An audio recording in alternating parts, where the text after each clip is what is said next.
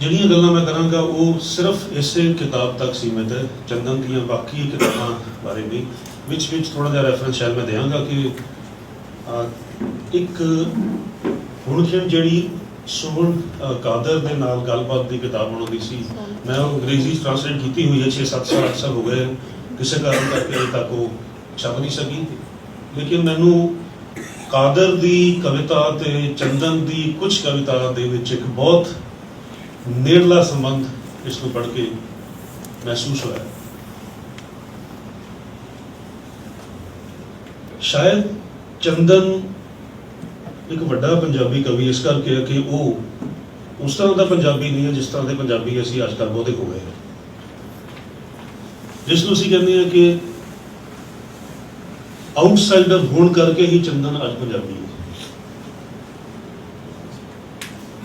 ਔਰ ਚੰਦਨ ਦੀ ਖੂਬਸੂਰਤੀ ਇਸ ਗੱਲ ਵਿੱਚ ਹੈ ਕਿ ਜੋ ਪੁਰਾਤਨ ਪੰਜਾਬ ਦੀ ਪੰਜਾਬੀਅਤ ਸੀ ਉਸ ਨੂੰ ਬਚਾ ਕੇ ਰੱਖਣ ਵਾਲਾ ਅਗਰ ਕੋਈ ਆਦਮੀ ਹੈ, ਥੋੜੇ ਜਿਹੇ ਬਚੇ ਹੋਏ ਉਹਨਾਂ ਵਿੱਚ ਸਭ ਤੋਂ ਜ਼ਿਆਦਾ ਪਛਾਣਿਆ ਜਾਣ ਵਾਲਾ ਲੇਕਿਨ ਸਾਹਿਤ ਦੇ ਆਲੋਚਨਾ ਦੇ ਖੇਤਰਾਂ ਵਿੱਚ ਜਿਸ ਨੂੰ ਉਹ ਪਛਾਣ ਨਹੀਂ ਮਿਲੀ ਜਿਹੜੀ ਮਿਲਣੀ ਚਾਹੀਦੀ ਸੀ, ਉਹ ਆਦਮੀ,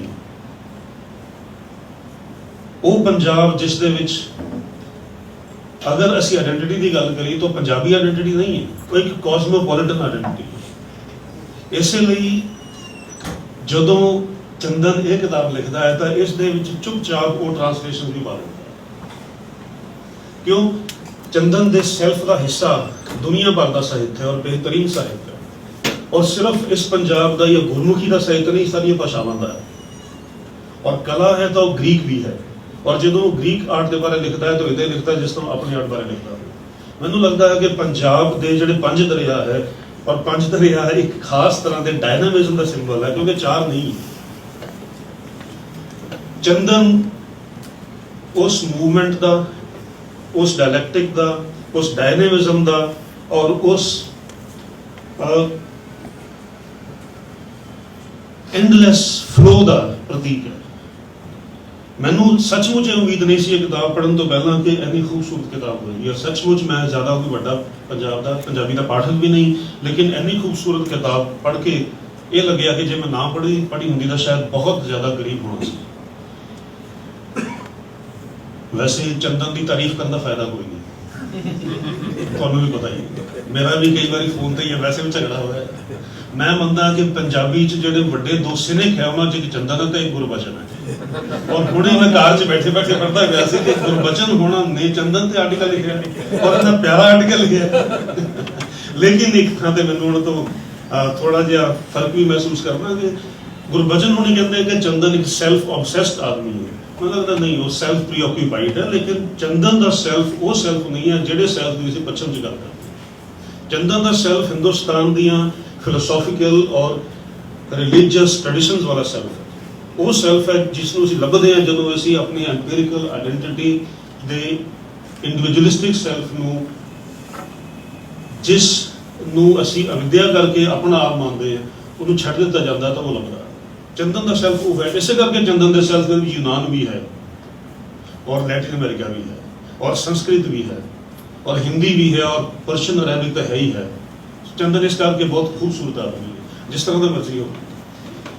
ਔਰ ਸ਼ਾਇਦ ਹੁਣ ਇਹ ਵੀ ਇੱਕ ਗੱਲ ਹੈ ਕਿ ਚੰਦਨ ਕਿਉਂਕਿ ਆਊਟਸਾਈਡਰ ਹੈ ਪੰਜਾਬੀ ਔਰ ਪੰਜਾਬੀਅਤ ਦੇ ਲਈ, ਜਿਸ ਕਰਕੇ ਉਹ ਪੰਜਾਬੀ ਬਣਦਾ ਹੈ, ਤਾਂ ਸਿਨਿਕ ਹੋਣਾ ਵੀ ਸ਼ਾਇਦ ਜ਼ਰੂਰੀ ਹੀ ਹੈ। ਜੇ ਉਹ ਸਰ ਨਾਲ ਬਣਾ ਕੇ ਰੱਖੇ ਤਾਂ ਫਿਰ ਉਹ ਚੰਦਨ ਨਹੀਂ ਰਹਿਣਾ। ਸਭ ਵਰਗਾ ਹੋ ਜਾਏ ਚੰਦਨ ਨਹੀਂ ਰਹਿਣਾ, ਸਭ ਕੋਲੋਂ ਉਮੀਦ ਕਰੇ ਕਿ ਮੈਨੂੰ ਕਬੂਲ ਕਰਨ ਫਿਰ ਵੀ ਚੰਦਨ ਨਹੀਂ ਰਹਿਣਾ। ਸੋ ਉਹਦੇ ਲਈ ਜਿਹੜੀ ਉਹ ਕੀਮਤ ਦੇਣੀ ਪੈਂਦੀ ਕਿ ਮੈਂ ਇਕੱਲਾ ਹੀ ਗੱਲਾਂ, ਤੁਸੀਂ ਮੈਨੂੰ ਪੜ੍ਹੋ ਨਾ ਪੜ੍ਹੋ, ਦੇਖੋ ਨਾ ਦੇਖੋ, ਮੈਂ ਤੁਹਾਡੇ ਤੋਂ ਕੀ ਲੈਣਾ। ਔਰ ਇੱਕ ਖਾਸ ਤਰ੍ਹਾਂ ਦੀ ਅਕੜ ਇਹ ਚੰਗੇ ਕਲਾਕਾਰਾਂ 'ਚ ਹੁੰਦੀ ਹੈ ਕਿ ਵੀ ਮੈਂ ਤੁਹਾਡੇ ਤੋਂ ਵਧੀਆ, ਔਰ ਇਹ ਇਸ ਕਰਕੇ ਨਹੀਂ ਆਉਂਦੀ ਕੋਈ ਘਮੰਡ ਹੈ। ਮੈਂ ਮਹਿਸੂਸ ਕਰਦਾ, ਔਰ ਜਿਹਨਾਂ ਬੰਦੇ 'ਚ ਮੈਂ ਦੇਖੀ ਹੈ ਮੈਨੂੰ ਇਹ ਚੰਗੀ ਲੱਗੀ ਹੈ ਕਿ ਉਹ ਇਸ ਤੋਂ ਆਉਂਦੀ ਹੈ ਕਿ ਬਈ ਅਸੀਂ ਕੰਮ ਕੀਤਾ, ਅਸੀਂ ਆਤਮ ਸਨਮਾਨ ਵਾਲੇ ਬੰਦੇ। ਇਹ ਘਮੰਡ ਨਹੀਂ, ਇਹ ਆਤਮ ਸਨਮਾਨ ਹੈ, ਔਰ ਇਸੇ ਤੋਂ ਸ਼ਾਇਦ ਉਹਦੀ ਚੰਗੀ ਕਵਿਤਾ ਪੈਦਾ ਹੁੰਦੀ ਹੈ। ਮਾਂ ਦਾ ਸੰਦੂਕ ਕਵਿਤਾ ਹੈ ਤੇ ਮੈਂ ਮਹਿਸੂਸ ਕਰਦਾ ਸੀ ਕਿ ਸ਼ਾਇਦ ਇਹ ਕਵਿਤਾ ਹੀ ਇਸ ਕਿਤਾਬ ਦਾ ਮੈਟਾਫਰ ਹੈ। ਔਰ ਮਾਂ ਵੀ ਹੈ ਤੇ ਮਾਂ ਪੰਜਾਬੀ ਵੀ ਹੈ। ਤੇ ਪੰਜਾਬੀ ਦੀ ਮਾਂ ਉਹ ਸਾਰੀਆਂ ਭਾਸ਼ਾਵਾਂ ਤੇ ਸਾਰੇ ਸੱਭਿਆਚਾਰ ਹੈ ਜਿਹੜੇ ਇਸ ਪੰਜਾਬ ਦੀ ਮਿੱਟੀ ਕਿਸ ਵੇਲੇ ਸੀ ਜਾਂ ਹੈ ਇਹ ਲੁਕੇ ਹੋਏ, ਜਿਸ ਦੇ ਵਿੱਚ ਪਾਣੀਨੀ ਵੀ ਹੈ ਔਰ ਜਿਸ ਦੇ ਵਿੱਚ ਵਿਆਸ ਵੀ ਹੈ। ਸੋ ਜਦੋਂ ਮੈਂ ਇੱਥੇ ਪਹੁੰਚਦਾ ਨਾ ਕਿ ਇੱਕ ਤਾਂ ਗੱਲ ਕਰਦੇ ਕਿ ਤਹਿਆਂ ਵਿੱਚ ਟਾਹਲੀ ਤੇ ਮੇਖਾਂ ਦੇ ਜੰਗਾਲ ਦੀ ਮਹਿਕ ਲੱਗੀ ਪਈ ਹੈ। ਇਹਨਾਂ ਚੀਜ਼ਾਂ ਦੇ ਬਾਰੇ ਗੌਰ ਕਰਨਾ, ਉਹਨਾਂ ਨੂੰ ਧਿਆਨ ਦੇਣਾ, ਚੀਜ਼ਾਂ ਬਾਰੇ, ਇੱਕ ਤਾਂ ਇਹ ਵੱਡੀ ਗੱਲ ਹੈ। ਫਿਰ ਜਦੋਂ ਖਤਮ ਹੋਣ ਤੇ ਕਵਿਤਾ ਆਉਂਦੀ ਹੈ ਤਾਂ ਕਹਿੰਦੇ ਮਾਂ ਦਾ ਸੰਦੂਕ ਕਿੱਥੇ ਹੈ, ਹੁਣੇ ਹੀ ਇੱਥੇ ਪਿਆ ਸੀ। ਇਹ ਜਿਹੜੀ ਐਬਸੈਂਸ ਹੈ ਪੰਜਾਬੀਅਤ ਦੀ, ਪੰਜਾਬੀ ਮਾਂ ਬੋਲੀ ਦੀ, ਉਸ ਐਬਸੈਂਸ ਨੂੰ ਪ੍ਰੈਜ਼ੈਂਸ ਦੇ ਤੌਰ ਤੇ ਮੰਨ ਕੇ ਫਿਰ ਉਸ ਸੰਦੂਕ ਨੂੰ ਦੇਖਣਾ ਜਿਹੜਾ ਨਹੀਂ ਹੈ। ਸੋ ਇਹ ਮੈਟਾਫਰ ਇਸ ਕਰਕੇ ਵੀ ਹੈ ਕਿ ਚੰਦਨ ਦੀ ਵਿਰਾਸਤ ਦਾ ਸੰਦੂਕ ਇਸੇ ਕਰਕੇ ਹੈ ਕਿਉਂਕਿ ਉਹ ਹੈ ਨਹੀਂ, ਔਰ ਨਾ ਹੁਣ ਨੂੰ ਹੀ ਦੇਖਣਾ ਉਸ ਦੀ ਇੱਕ ਬਹੁਤ ਵੱਡੀ ਪ੍ਰਾਪਤੀ ਹੈ। ਚੰਦਨ ਦੀ ਭਾਸ਼ਾ ਬਾਰੇ ਤਾਂ ਮੈਂ ਕੀ ਕਹਾਂ, ਅਸੀਂ ਕਵਿਤਾ ਹੀ ਪੜ੍ਹ ਸਕਦੇ ਹਾਂ। ਥੋੜੀ ਤੁਹਾਨੂੰ ਉਹਨਾਂ ਨੇ ਸੁਣਾਈ ਹੈ ਤੇ ਇੱਕ ਮੈਂ ਤੁਹਾਨੂੰ ਇਹ ਕਿ ਇਸ ਕਿਤਾਬ ਦੇ ਵਿੱਚੋਂ, ਕਿਉਂਕਿ ਨਵੀਂ ਕਿਤਾਬ ਹੈ, ਬਹੁਤੇ ਨੇ ਪੜ੍ਹੀ ਨਹੀਂ ਹੋਣੀ, ਅਸੀਂ ਮਾੜਾ ਜਿਹਾ ਦੇਖ ਲੈਂਦੇ ਹਾਂ ਤੇ ਨਾਲ ਲੱਗਦੀ ਹੋਰ ਵੀ ਗੱਲ ਕਰਾਂਗੇ। ਇੱਕ ਤਾਂ ਚੰਦਨ ਦੀ ਭਾਸ਼ਾ ਬੇਹੱਦ ਪ੍ਰੀਸਾਈਜ਼ ਹੈ, ਕੰਸਾਈਜ਼ ਵੀ ਹੈ, ਔਰ ਉਹਦੇ ਵਿੱਚ ਇੱਕ ਇਨਕੈਂਟੇਟਰੀ ਰਿਦਮ ਹੈ ਜਿਹੜਾ ਪੁਰਾਣੇ ਮੰਤਰ ਬੋਲਣ ਵਾਲੇ 'ਚ ਜਾਂ ਜਾਦੂ ਟੋਣਾ ਕਰਨ ਵਾਲੇ 'ਚ ਹੁੰਦਾ। ਇਹ ਦੇਖੋ ਕਵਿਤਾ ਦਾ ਨਾਮ ਹੈ ਬਿਰਤੀ ਉਖੜੀ ਨਾਹੀ ਲੱਗ ਗਈ ਹੈ, ਕੁਝ ਹੋਰ ਨਾ ਦਿਸਦਾ ਨਾ ਸੁਝਦਾ ਹੈ, ਇੱਕੋ ਰੂਪ ਅਨੰਤਾ ਨਿਤ ਬਦਲਦਾ, ਨੈਣ ਵੀ ਉਹੀ ਨਕਸ਼ ਵੀ ਉਹੀ, ਨਜ਼ਰ ਟਿਕੀ ਹੈ ਮਸਤਕ ਬਿੰਦੀ, ਜਿੱਥੋਂ ਚਲਦੀ ਜਿੱਥੇ ਜਾ ਕਰ ਮੁਕਦੀ ਚਿੰਤਾ, ਸੋਵੇ ਰੰਗ ਬਲੰਬਰੀ ਅੰਬਰ ਅਤੇ ਬਲੌਰੀ, ਸਿਰ ਪਰ ਲੀੜਾ ਭਜਨਸਾਂ ਬੋਲੀ ਦੀ ਸੀਮਾ ਲੰਘ ਕੇ ਭਾਖਾ ਸੋਹਣੀ, ਵਲਗਣ ਸਾਰੇ ਸ਼ਬਦ ਵੀ ਥੋੜੇ, ਜਾਪਣ ਜੋ ਸੋਚਾਂ ਉਹ ਦੱਸਣਾ ਹੁੰਦਾ, ਸੋਚ ਭਾਵ ਦੀ ਹੋਕੇ ਵਿੱਚ ਸਮਾਂ ਦੀ ਮਿਲ ਜਾਂਦੀ। ਇਸ ਪੇਸ ਦੇ ਉੱਪਰ ਵਿਚਾਰ ਨੂੰ ਕਾਇਮ ਰੱਖਣਾ ਔਰ ਕਵਿਤਾ 'ਚ ਕਾਇਮ ਰੱਖਣਾ, ਇਹ ਕਲਾਸਿਕੀ ਸਾਹਿਤ ਦੀ ਇੱਕ ਖਾਸ ਪਛਾਣ ਹੈ।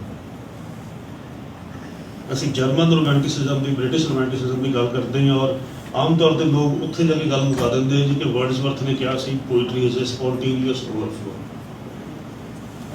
ਲੇਕਿਨ ਜਦੋਂ ਸੈਲਫ ਦੀ ਗੱਲ ਆਉਂਦੀ ਹੈ ਤਾਂ ਕਲਾਸੀਕਲ ਲਿਟਰੇਚਰ ਤੇ ਫਿਲਾਸਫੀ ਦੇ ਵਿੱਚ ਸੈਲਫ ਕੋਈ ਓਵਰਫਲੋ ਨਹੀਂ ਹੁੰਦਾ, ਉਸ ਦੇ ਵਿੱਚ ਕੋਈ ਐਫਿਊਜ਼ਨ ਨਹੀਂ ਹੁੰਦਾ, ਉਹਦੇ ਸਿਰਫ ਤੇ ਸਿਰਫ ਅਨੁਸ਼ਾਸਨ ਹੁੰਦਾ। ਆਪੇ ਨੂੰ ਪ੍ਰਗਟ ਕਰਨਾ ਤੇ ਅਨੁਸ਼ਾਸਨ 'ਚ ਰਹਿ ਕੇ ਪ੍ਰਗਟ ਕਰਨਾ, ਇਹ ਉਹ ਸੈਲਫ ਹੈ। ਉਹ ਸੈਲਫ ਨਹੀਂ ਜਿਹੜਾ ਉਲਟੀਆਂ ਦੀ ਤਰ੍ਹਾਂ ਲੋਕਾਂ ਤੇ ਕੀਤਾ ਜਾਂਦਾ, ਉਹ ਹੈ ਜਿਹੜਾ ਤੁਸੀਂ ਆਪਣੇ ਆਪ ਨੂੰ ਤਰਾਸ਼ ਕੇ, ਸ਼ੀਸ਼ੇ ਦੀ ਤਰ੍ਹਾਂ ਤਰਾਸ਼ ਕੇ, ਪੱਥਰ ਦੀ ਤਰ੍ਹਾਂ ਤਰਾਸ਼ ਕੇ ਬਣਾਉਂਦੇ, ਤੇ ਉਹ ਇਸ ਭਾਸ਼ਾ ਸਾਨੂੰ ਮਿਲਦਾ ਹੈ। ਫਿਰ ਇਨਕੈਂਟੇਟਰੀ ਹੈ, ਬਹੁਤ ਸਾਰੀ ਇਹਦੀ ਐਗਜ਼ਾਮਪਲਸ ਹੈ। ਇੱਕ ਮਿੰਟ, ਇੱਕ ਅਸੀਂ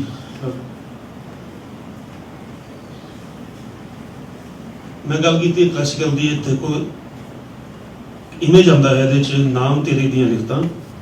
ਚੰਦਨ ਲਿਖਦੇ ਕਿ ਦਰਪਣ ਬਣਿਆ ਸ਼ੀਸ਼ੇ ਦਾ ਪਾਣੀ ਰੂਹ ਹੈ, ਜਿਸ ਵਿੱਚ ਦਿਸਦਾ ਪਹਿਲੀ ਵਾਰੀ ਜਿੱਕਣ ਪਹਿਲਾਂ ਕਦੇ ਨਾ ਡਿਠਾ, ਨਜ਼ਰੀ ਆਵੇਂ ਅੰਤਰ ਵਸਦਾ ਕੱਜਿਆ ਅਣਕਜਿਆ, ਅੱਖ ਪਈ ਆਪਣੇ ਆਪ ਨੂੰ ਤੱਕਦੀ, ਹਉਮੈ ਤਜਦੀ, ਬਹੁਰੰਗ ਤਮਾਸ਼ੇ ਵੇਖਦੀ ਕਦੇ ਨਾ ਰਜੀ। ਕਾਦਰੀ ਦੀ ਕਵਿਤਾ ਦੇ ਬਹੁਤ ਨੇੜੇ, ਔਰ ਉੱਥੋਂ ਸ਼ਾਇਦ ਉਹ ਰਿਸ਼ਤਾ ਵੀ ਤੁਹਾਨੂੰ ਸਮਝ ਆਉਂਦਾ ਵੀ ਚੰਦਨ ਦਾ ਕਾਦਰੀ ਨਾਲ ਕਿਹੜਾ ਰਿਸ਼ਤਾ ਸੀ। ਇਹ ਉਹ ਰਿਸ਼ਤਾ ਹੈ ਜਿਹੜਾ ਦੁਨੀਆ ਦੇ ਮੰਨੇ ਜਾਂਦੇ ਸਭ ਤੋਂ ਪੁਰਾਣੇ ਫਿਲੋਸੋਫੀਕਲ ਤੇ ਰਿਲੀਜੀਅਸ ਸਿਸਟਮ ਦਾ ਹੈ, ਜਿਹੜਾ ਕਸ਼ਮੀਰ 'ਚ ਪੈਦਾ ਹੁੰਦਾ ਹੈ, ਜਿਸ ਦਾ ਕਈ ਸੈਂਚੁਰੀਜ਼ ਤੋਂ ਬਾਅਦ ਸ਼ਾਇਦ ਮੰਨਿਆ ਜਾਂਦਾ ਕਿ ਹੜੱਪਨ ਟਾਈਮ ਤੇ ਵੀ ਸੀ, ਲੇਕਿਨ ਕਈ ਸੈਂਚੁਰੀ ਤੋਂ ਬਾਅਦ ਵਸੂ ਗੁਪਤਾ ਦੀ ਲਿਖਤ ਦੇ ਵਿੱਚ ਪਹਿਲੀ ਵਾਰੀ ਪ੍ਰਗਟ ਹੁੰਦਾ ਹੈ। ਸ਼ਿਵ ਸੂਤਰਾਂ ਦੇ ਵਿੱਚ ਹੁੰਦਾ ਹੈ, ਸਪੰਦ ਕਾਰਿਕਾ ਹੈ, ਬਾਅਦ ਵਿੱਚ ਅਭਿਨਵ ਗੁਪਤ ਆ ਜਾਂਦਾ ਹੈ, ਖੇਮਰਾਜ ਹੈ। ਉਹ ਸਾਰੇ ਸਿਸਟਮ ਦੇ ਵਿੱਚ ਬਾਰ-ਬਾਰ ਇਹ ਇਮੇਜ ਆਉਂਦਾ ਹੈ ਕਿ ਜਿਸ ਤਰ੍ਹਾਂ ਸ਼ੀਸ਼ੇ ਦੇ ਵਿੱਚ ਇੱਕ ਨਗਰ ਦਿਸਦਾ ਹੈ, ਪਰ ਉਹ ਸ਼ੀਸ਼ੇ 'ਚ ਹੁੰਦਾ ਨਹੀਂ, ਸ਼ੀਸ਼ਾ ਹੀ ਹੈ।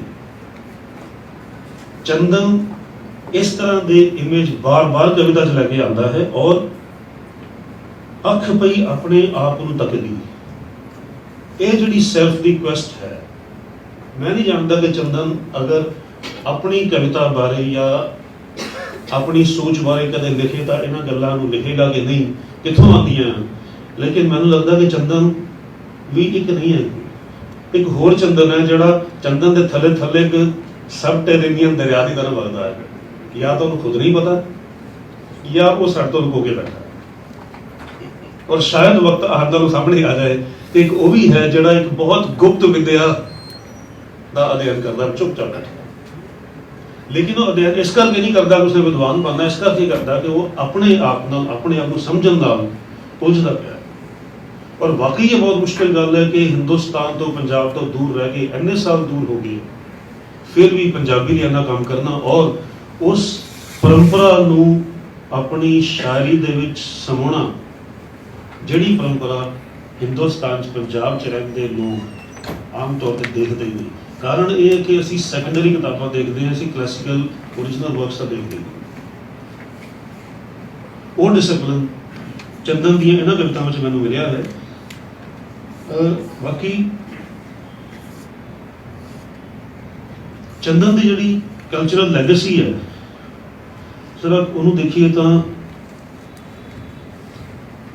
ग्रीक लिटरेचर के मैं कोई साल पहले हैनरी मिलर की कोलोसस ऑफ मारूसी पढ़ी सी, जिसके बारे किसने कहा सी ते बाद मैंने महसूस भी होया कि ट्रैवल के उपर लिखी गई दुनिया की बेहतरीन किताब हुई है, जिस ट्रैवल बारे बहुत घट है, कुछ वो यार बारे जड़ा उत्थे शायर है ग्रीक का, तो बाकी अपने आप बारे तो होर चीज़ों बारे, लेकिन थावां बारे कुछ नहीं। अपोलो मंदिर डिमडिम, जिथे सुकरात, प्लेटो, एरिस्टोटल, ईवन अलेक्जेंडर, डायोजनीज और इधर जड़े शैव आगम के कश्मीरी फिलोसोफर है, उन्होंने मिलन देखो किस तरह करता है। जगदा सी संज दा तारा, अपोलो मंदिर दे अंबर ते तणिया चंदोवा, उच्चे उच्चे पत्थर थमा चुकिया, दूर दराजों आण जुड़े सन लिखारी, शब्द पुजारी प्रेम भिखारी, मंदिर दे खंडरां दे अंदर अर्ज गुजारी, गाई आरती ध्यान तराया, जिन गुमनाम कीर्तियां जान गवाई, जोड़ जोड़ के पत्थर पत्थर वरियां बद्दी, तीन साल हजारां पहला लिखारी, शब्द पुजारी कीती रचना, हर कविता मंदिर है, हर कवि है कीर्ति। इस कविता की खूबसूरती मैंने इस चीज लगी कि Greek, ancient Greek temple, meditation on language, meditation on the language of poetry and progressive poetry. So जिहड़ा किरती का कर्म है वो मंदिर बनाने वाले मजदूर दे दी किरत का ही हिस्सा है। सो एक ये जिहड़ी लिटरेसी के आने के नाल और एक एलिटिज्म के आने के नाल एक फर्क पैदा, और ये बहुत माड़ा फर्क पिया सी और अज भी है। ये जिहड़े पढ़ते लिखते हैं वो मजदूर नहीं होंगे, जिहड़े पढ़ते लिखते नहीं वही मजदूर होंगे। चंदन बार बार वो लफ्ज भी जोड़ता है, वो इमेज भी इकट्ठी करता है, और उसके काम तो ये लगता कि वो शब्दां दा मिस्त्री है, मेसन है, कारीगर है, मजदूर है। शब्द चुन चुन के जिस तरह तुसी जंगल के विचों या खाना के विचों पत्थर कट के लियाते हो, किहड़ा पत्थर कित्थे लगाना है, कितना करना, चंदन उस तरह इकट्ठी करता है। और इस कविता के विच तो तुसीं देखिया कि जिस तरह इसने वो मैटाफर इकट्ठे किए दोनों। बाकी पार्टीशन पे कविता है और एटमोसफेयर की कविता है। पाकिस्तान विच लाहौर के कोल एक शमशान घाट की सॉरी कब्रिस्तान की, जिथे कब्रिस्तान खास तरह से सुन पई। सो चंदन की रेंज इस किताब के विच जिन्नी है, पार्टीशन, एटमोसफेयर, देन श्रृंगार रस। और श्रृंगार रस चंदन दे विच भरतृहरि नीति शतक की तरह राजनीति की कविता, श्रृंगार की कविता ते नाल वैराग्य जिहड़ा नाग ते बिंदु दे नाल चलता है उहदे नाल बैठी। श्रृंगार की बहुती कविता नहीं, एक तो बहुत ही खूबसूरत है ते एक दो होर है। बाकी ये जरूर है कि सारी कविताएं एक जुकी नहीं होंगी, सानू भी पता कि बच्चे भी सारे एक जुके नहीं होंगे। हाँ, कोई चंगा कोई माड़ा कोई वधिया कोई लंबा सोहना कोई नहीं, ठीक है। पर ਜਿਹੜੀਆਂ बहुत खूबसूरत कवितावां उन्हों का वाकई कोई जवाब नहीं। एक कविता मैं तुहाडे नाल साझी करना है, चुल्हा। देखो पंजाब च पंजाबी च लिखण वाले बहुत सारे बंदे, लेकिन बिना नॉस्टैल्जिया दे एक पूरे दे पूरे कल्चरल आर्टिफैक्ट नूं और हाउस होल्ड की किसी स्पेस नूं रीक्रिएट करना। घर दा चुल्हा सब दे दुख सुणदा सी। मैं अपने घर का चुल्हा याद आ गया। मैं लूणदानी ते बैठा हुंदा सी अपनी मां दे कोल, क्योंकि अग दे कोल सी ते मैनूं ठंड लगदी हुंदी सी। मैं होर किसी ने उत्थे बैठ नहीं सकदा, लूणदानी लकड़ी दी होणी उहदे उपर बह जाना है। ਉਹ ਨਿਤ ਦਾ ਵੇਲਾ ਉਹ ਹੁਣ ਨਿਜ ਹੋਇਆ ਹੈ। ਚੁੱਲ੍ਹਾ ਜਿਉਂ ਸੂਰਜ ਸੀ ਕੋਈ ਜਿਸ ਦੇ ਦੁਆਲੇ ਘਰ ਘੁੰਮਦਾ ਸੀ। ਉਹ ਸੂਰਜ ਜਗਦਾ ਸੀ ਮਾਂ ਬ੍ਰਹਮਾ ਹੱਥੀ। ਜਿਹੜੀ ਰੀਜਨਰਿੰਗ ਹੈ ਬ੍ਰਹਮਾ ਦੀ, ਮਾਂ Brahma, I think this is a fantastic reworking of the entire myth of the male as the sustainer of the universe. ਰਿਜ਼ਕ ਦੀ ਲੀਲਾ ਮੁੜ ਮੁੜ ਲੱਗਦੀ ਪੁਖਲਤ ਦੀ ਸੀ। ਸਭੋ ਰਲ ਬੈਠੇ ਚੌਂਕੇ ਸੱਪ ਦੇ ਉੱਤੇ ਪੀੜੀ ਢਾ ਕੇ ਮੂੜੇ ਪਟੜੇ ਉੱਤੇ। ਹੁਣ ਦੇਖੋ ਇਨਕੈਂਟੇਸ਼ਨ ਚੰਦਨ ਦੀ ਕਿੰਨੀ ਖੂਬਸੂਰਤ ਹੈ, ਔਰ ਇੱਕ ਲਫ਼ਜ਼ ਨਹੀਂ ਆਉਂਦਾ। ਅੱਗ ਅਗਨ ਅੰਗਿਆਰਾ ਅਗਨੀ, ਅੱਗ ਅਗਨ ਅੰਗਿਆਰਾ ਅਗਨੀ, ਬੀਬੀ ਦੇ ਸਾਵਾਂ ਨਾ ਜਗਦੀ, ਸੇਕ ਦੇਵਦੀ ਪਰ ਲੂੰਦੀ ਸੀ ਨਾ। ਚਾਹ ਨਾਲ ਆਟਾ ਵਿੱਚ ਵਿੱਚ ਜਾਂਦਾ, ਨੱਚਦਾ ਥਮ ਥਮ ਤਾਲ ਸੁਤਾਲਾ ਪੇੜਾ। ਤਵੇ ਦੇ ਉੱਤੇ ਤਾਰੇ ਜਗਦੇ ਨਾਲ ਛੜਕਦੀਆਂ ਮਾਂ ਦੀਆਂ ਵੰਗਾਂ। ਆਟਾ ਗੁੜ ਕੇ ਰੋਟੀ ਫੂਕਦੀ ਹਰ ਕੋਈ ਵੀਰ ਗੁਰੂ ਦਾ ਹਮਸ਼ੀਰਾ ਦਾ ਧਿਆਨ ਤੇ ਆਉਂਦਾ ਸੀ। ਰੋਟੀ ਉੱਤੇ ਛਾਪਾ ਮਾਂ ਦੇ ਹੱਥ ਦੀ ਆਉਂਦੀ, ਇੱਕੋ ਇੱਕ ਲਾਈਨ ਕੱਲੀ ਖੜੀ, ਕਿਉਂਕਿ ਕਹਿੰਦੇ ਹੋਰ ਫਿੱਟ ਨਹੀਂ ਹੋ ਸਕਦੀ। ਰਤ ਸੰਦੂਰੀ ਅਗਨੀ ਚਮਕ ਅੱਖਾਂ ਵਿੱਚ ਲਿਸ਼ਕੇ, ਦਗ ਦਗ ਮੁਖੜੇ ਅੱਗ ਪਵਿੱਤਰ ਜਿਉਂ ਹਵਨ ਦੀ ਅਗਨੀ। ਰਜ ਰਜ ਜਾਂਦੀ ਮਹਿਕ ਹਵਾ ਵਿੱਚ ਲੜਕੇ ਨਾਲ ਧੂਏ ਦੇ, ਟਾਲੀ ਲੱਕੜ ਮੁੜਕਾ ਮਿੱਟੀ ਤਪਦੇ ਲੋਹੇ ਦੀ ਗੰਧ। ਮਾਂ ਤੋਂ ਲੈਂਦੀ ਦੁੱਖ ਸੁੱਖ ਸਿੱਖਿਆ, ਹੈਰਤ ਭਰੀਆਂ ਕੱਜਣ ਅੱਖੀਆਂ, ਕੰਨਿਆਂ ਛਿਗੀਆਂ ਡਾਉਂਦੀ ਵੇਂਦੀ, ਫੁੱਲ ਕਪਾਹ ਦਾ ਜਗਦਾ ਬਲਦਾ। ਚੁੱਲ੍ਹਾ ਸਭਨਾ ਦੇ ਦੁੱਖ ਲੈ ਕੇ ਬਲ ਜਾਂਦਾ ਸੀ ਆਪਣੀ ਅੱਗ ਵਿੱਚ। ਚੇਤੇ ਦੇ ਵਿੱਚ ਉੱਥੇ ਹੀ ਹੈ ਘਰ ਦਾ ਚੁੱਲ੍ਹਾ, ਪਰ ਹੁਣ ਦਾ ਜਗਦਾ ਨਹੀਂ। ਰਿਵਰਸਲ ਕਵਿਤਾ ਦਾ ਇਮੋਸ਼ਨ ਨੂੰ ਕਨਵੇ ਕਰਨਾ, ਔਰ ਇਮੋਸ਼ਨ ਦੇ ਬਹਾਜ ਬਹਿਣਾ ਵੀ ਨਹੀਂ। ਔਰ ਸਾਰੀ mythology, folklore, lived life of household in a village or a town of Punjab, ਮਰਦੀ ਹੋਈ ਪੂਰੀ ਦੀ ਪੂਰੀ ਜ਼ਿੰਦਗੀ ਜੀਣ ਦੀ ਜਾਂਚ ਨਾਲ ਕਲਾਸੀਕਲ ਰੈਫਰੈਂਸ। ਇਹ ਉਸ ਆਦਮੀ ਕੋਲੋਂ ਹੀ ਪੋਸੀਬਲ ਹੈ ਜਿਹੜਾ ਜਦੋਂ ਪੜ੍ਹਦਾ ਹੈ ਤਾਂ ਉਹ ਐਸੋਸੀਏਸ਼ਨ ਵੀ ਪੜ੍ਹਦਾ ਹੈ ਕਿ ਕਿਤਾਬ ਦੂਜੀ ਕਿਤਾਬ ਨੂੰ ਲੈ ਕੇ, ਦੂਜੀ ਤੀਜੇ ਨੂੰ ਲੈ ਕੇ, ਤੀਜੀ ਅੱਠਵੀਂ ਨੂੰ ਲੈ ਕੇ, ਜਿੱਦਾਂ ਜਾਂਦੀ ਜਾਣਦੇ, ਜਿਹੜਾ ਵਿਦਵਾਨ ਬਣਨ ਦੀ ਕੋਸ਼ਿਸ਼ ਨਹੀਂ ਕਰਦਾ। ਚੰਦਨ ਦੀ ਇਹ ਇੱਕ ਬਹੁਤ ਵੱਡੀ ਅਚੀਵਮੈਂਟ ਹੈ। ਤੇ ਇੱਕ ਮੈਨੂੰ ਇਹ ਲੱਗਿਆ ਕਿ ਚੰਦਨ ਦੀ ਜੋ ਬੈਕਗਰਾਉਂਡ ਅਸੀਂ ਸਾਰੇ ਜਾਣਦੇ, ਪੋਲੀਟੀਕਲ ਬੈਕਗਰਾਉਂਡ ਵੀ, ਚੰਦਨ ਨੇ ਆਪਣੇ ਆਪ ਨੂੰ ਬੜੀ ਬਾਰੀਕੀ ਨਾਲ, ਬੜੀ ਸੰਜੀਦਗੀ ਨਾਲ ਉਸ ਪ੍ਰਿਜ਼ਨ ਤੋਂ ਆਜ਼ਾਦ ਰੱਖਿਆ ਹੈ ਜਿਹੜੀ ਆਮ ਤੌਰ ਤੇ ਪੋਲੀਟੀਕਲ ਆਈਡੀਓਲੋਜੀ ਦੀ ਆਰਥੋਡਾਕਸੀ ਬਣ ਹੀ ਜਾਂਦੀ। ਚੰਦਨ ਨੇ ਆਪਣੇ ਮੁੱਲ ਨਹੀਂ ਛੱਡੇ, ਤੁਸੀਂ ਕਵਿਤਾ 'ਚ ਵੀ ਦੇਖ ਲਓ। ਲੇਕਿਨ ਉਸ ਦਾ ਮਤਲਬ ਇਹ ਵੀ ਨਹੀਂ ਸੀ ਕਿ ਜੇ ਅਸੀਂ ਇਸ ਪੋਲੀਟੀਕਲ ਆਈਡੀਓਲੋਜੀ ਦੇ ਆਦਮੀ ਦਾ ਅਸੀਂ ਆਪਣੀ ਲੈਗੇਸੀ ਨਹੀਂ ਦੇਖਣੀ, ਕਲਚਰਲ ਇਨਹੈਰੀਟੈਂਸ ਨਹੀਂ ਦੇਖਣੀ, ਪਰ ਜੇ ਉਹ ਦੇਖਣੀ ਤਾਂ ਇਹ ਵੀ ਨਹੀਂ ਕਿ ਸਭ ਕੁਝ ਛੱਡ ਕੇ ਉਹਦੇ 'ਚ ਡੁੱਬੀ ਜਾਣਾ। ਕਿਉਂਕਿ ਪਰਮਾਤਮਾ ਦੇ ਬਾਰੇ ਜੇ ਮੈਂ ਸ਼ਾਹ ਆਲਮ ਦੀ ਗੱਲ ਕੀਤੀ, ਸੰਕਲਪ ਇਹ ਹੈ ਕਿ ਪਰਮਾਤਮਾ ਇਸੇ ਕਰਕੇ ਹੈ ਕਿਉਂਕਿ ਸੁਤੰਤਰ ਹੈ। ਕਿਉਂਕਿ ਸੁਤੰਤਰ ਹੈ ਇਸੇ ਕਰਕੇ ਕ੍ਰੀਏਟ ਕਰ ਸਕਦਾ ਹੈ, ਜਿਸ ਦੇ ਵਿੱਚ ਪੂਰਾ ਦਾ ਪੂਰਾ ਇੱਕ ਇਮੇਜ ਆਉਂਦਾ ਹੈ ਲੇਖਕ ਦਾ ਜਾਂ ਕਲਾਕਾਰ ਦਾ। ਕਲਾਕਾਰ ਸ੍ਰਿਸ਼ਟੀ ਤਾਂ ਹੀ ਰੱਖ ਸਕਦਾ ਜੇ ਉਹ ਆਜ਼ਾਦ ਹੈ। ਆਜ਼ਾਦੀ ਔਰ ਸ੍ਰਿਸ਼ਟੀ ਬਰਾਬਰ ਚੱਲਦੀ ਹੈ। ਆਜ਼ਾਦੀ ਖੋਲੋ, ਸ੍ਰਿਸ਼ਟੀ ਨਹੀਂ ਹੋਣੀ। ਚੰਦਨ ਨੇ ਆਜ਼ਾਦ ਆਪਣੀ ਆਜ਼ਾਦੀ ਬਚਾ ਕੇ ਰੱਖਦਾ। ਨਾਲ ਚੰਦਨ ਦੇ ਵਿੱਚ ਕਲਚਰਲ ਲੈਗੇਸੀ ਦੀ ਇੱਜ਼ਤ ਹੀ ਨਹੀਂ, ਇੱਕ ਸੈਂਸ ਆਫ ਸੀਕ੍ਰੇਟ ਜਿਹੜੀ ਉਸਨੇ ਆਪਣੇ ਪੋਤੇ ਦੇ ਲਈ ਕਵਿਤਾ ਜਿਹੜੀ ਲਿਖੀ, ਅਨੀਲ ਦੇ ਨਾਮ ਤੇ, ਤੁਸੀਂ ਪੜ੍ਹ ਲੈਣਾ। ਇੱਕ ਖਾਸ ਤਰ੍ਹਾਂ ਦੀ ਸੈਂਸ ਆਫ ਸੀਕ੍ਰੇਟ ਹੈ। ਮਤਲਬ ਸਾਨੂੰ ਧਾਰਮਿਕ ਹੋਣ ਦੀ ਕੋਈ ਲੋੜ ਨਹੀਂ, ਪਵਿੱਤਰਤਾ ਜੋ ਜ਼ਿੰਦਗੀ ਦਾ ਇੱਕ ਬਹੁਤ ਜ਼ਰੂਰੀ ਹਿੱਸਾ ਹੈ, ਉਸਦਾ ਅਹਿਸਾਸ ਕਰਨ ਦੀ। ਔਰ ਚੰਦਨ ਨੂੰ ਸ਼ਰਮ ਹੀ ਨਹੀਂ ਆਉਂਦੀ।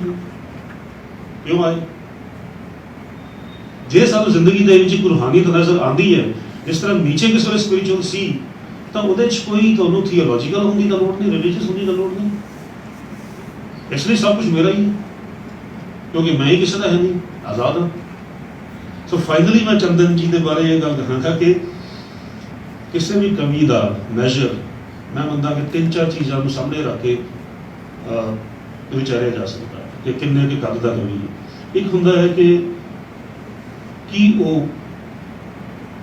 आम बस्ता जिस तरह चुल्हा है, टोकरी है, इन्हां दे विच कविता लभ सकता है, इन्हां नूं कविता च कैरेक्टर का रूप दे सकता है कि नहीं।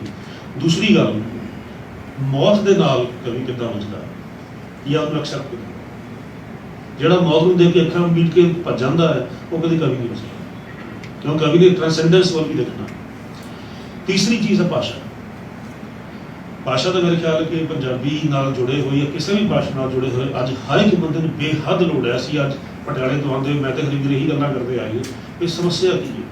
मैं एडे एडे वड्डे विद्वान प्रोफैसर देखे 4 लाइनां सही नहीं लिख सकदा। और एक बहुत सोहना ऐसे मार्टिन एबिस ने लिखा सी, the perfectly bad sentence in English.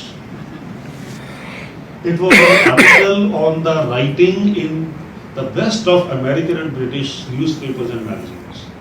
चंगे चंगे विद्वान सत्यानाश कर देंगे, क्यों? लाभ नहीं। कौन देखे उठ के कि लिखना है, की लोड़ पई है, ठीक ही है, आंदा ही होना है, क्यों? असीं बड़े बड़े विद्वान।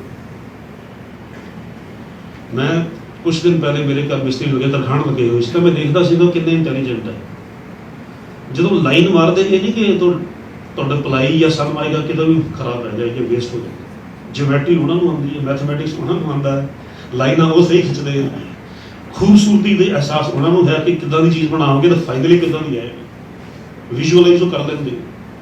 तो ये भाषा के विज्ञानियों या भाषा इस्तेमाल करने वाले विद्वानों की समस्या है।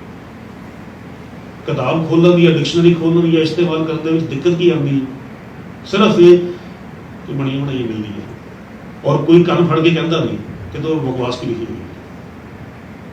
क्यों? क्योंकि असीं बड़े चंगे हो गए, चंदन वर्गे नहीं जो देख सके ये कविता चुक के ला जाए उन्होंने। इदां दे सानूं विद्यार्थी चाहिए जो प्रोफैसर को कहे प्रोफैसर ये लिखते हो, सॉरी मैं तुहाडा स्टूडेंट हाँ, माफ करना मैं नहीं होना चाहता, तां असीं ठीक होवांगे तां ही साडे बच्चे ठीक होणगे। तो आखिरी गल है कि सो चीज़ां मौत, भाषा ते आखिरी गल है चेतना। अमरजीत चंदन चेतना का कवि और भाषा भी ते मौत भी ते चीज़ां भी बिना चेतना के उन्होंने कोई थां नहीं। इसलिए चंदन जो अपने आप को मुड़ के देखता है तो सानू ये नहीं लगता कि वो एक खास तरह की ईगो साडे ते इंपोज करता है। ताई मैं कहा कि चंदन दियां कई आदत गलबात करन दा लहजा या तुहानू पसंद करना या ना पसंद करना या 2-2 साल तुहानू मूँह ही ना लाना, वो सब कुछ बहुत वधिया लगता है जो तुसीं ये सोचते हो कि आदमी काम की करता है। वो साडे लिए एक तरह का कि मॉडल बन के आता है कि भाई ये सब कुछ छड्ड के ये बारे वैरागी हो गए ताकि तुसीं अपना काम कर सकते। जे सानू एक दूजे को परवाह करन लग पे आ की करता मेरे बारे कोई की करता, फिर चंदन नहीं बने जा सकता, फिर कल्ला अमरजीत ही बने जा सकता। Thank you very much.